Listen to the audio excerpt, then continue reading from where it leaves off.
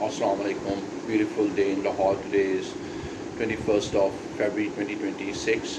So I have briefly, in a few videos, discussed two distinct concepts of economic development.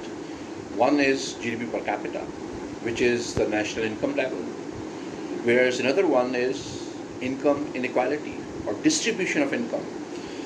GDP per capita is an average measure.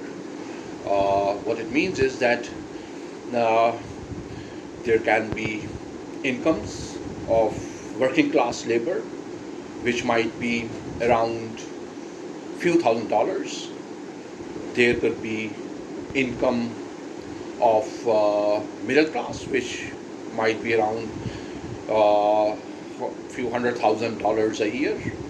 Whereas there could be people, highly rich, elites, whose income can range from few $1 million to $1 billion to nearly $1 trillion if you include somebody like Elon Musk.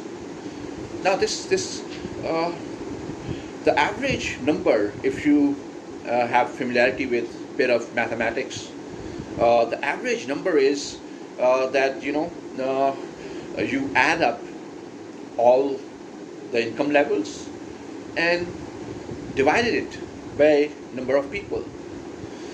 So in reality, the average income, let's assume that the average income, American income is $76,000 GDP per capita. It is not talking about distribution. What it means is that if the distribution is skewed towards the working class, means there are a lot more American citizens who are earning few $1,000s per year, whereas the elites, which might be in thousands in number only, the American population is more than 300 million people.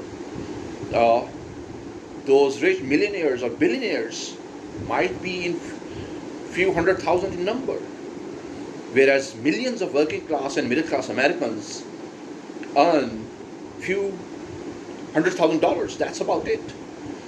So that is important, that income distribution needs to be understood to understand growth promoting policies.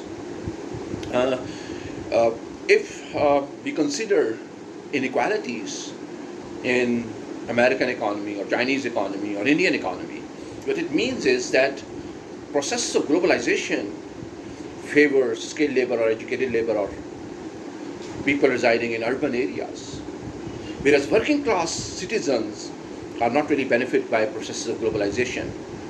Though there is an exception to it. For example, in Chinese case, through process of globalization, rise in demand of working class citizens increased. With basic skill levels, they could have increased in their income levels, and therefore growth trickled down to alleviate poverty. Whereas in American case, services sector boomed, services sector which employs highly skilled, highly educated labor. Whereas working class labor were negatively affected by globalization. Value chains moved from United States to China and East Asia, and thereby there was political discontent, and thereby even the values, democratic values, the values of freedom, the values which represent citizens' rights were negatively affected. And therefore, with economic processes, institutional processes are very important as well.